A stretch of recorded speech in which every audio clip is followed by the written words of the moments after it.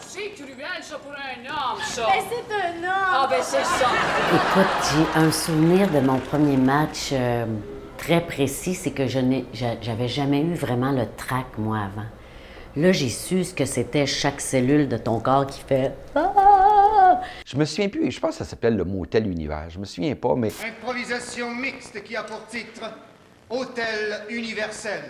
C'était avec Hélène Mercier puis quelqu'un d'autre, je me souviens plus des détails, mais je me souviens que j'avais sorti une réplique. Mettons qu'on y rendu, hein?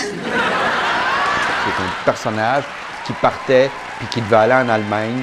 Et on a inventé une convention qui était, on ne pouvait pas prendre l'avion. En fait, ça aurait été plate. Puis là, j'avais regardé Hélène, puis j'avais dit, ben là, mettons qu'on est rendu. Puis ça avait eu un gros impact, cette réplique-là, parce que ça permettait justement de sauter dans le temps, de sauter dans l'espace et de se servir de l'impro pour finalement transgresser toutes les règles.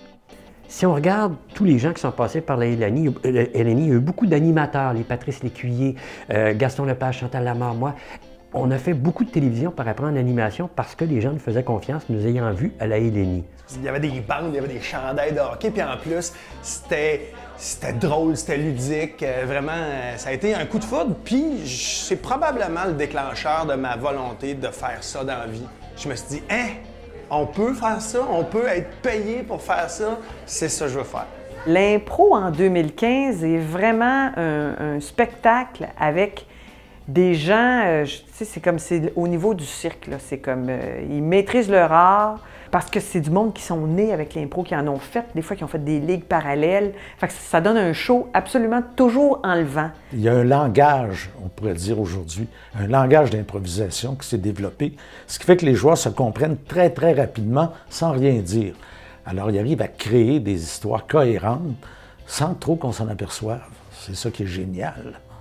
À l'époque, moi, quand j'ai commencé dans la LNI, j'étais considéré comme un joueur excessivement rapide.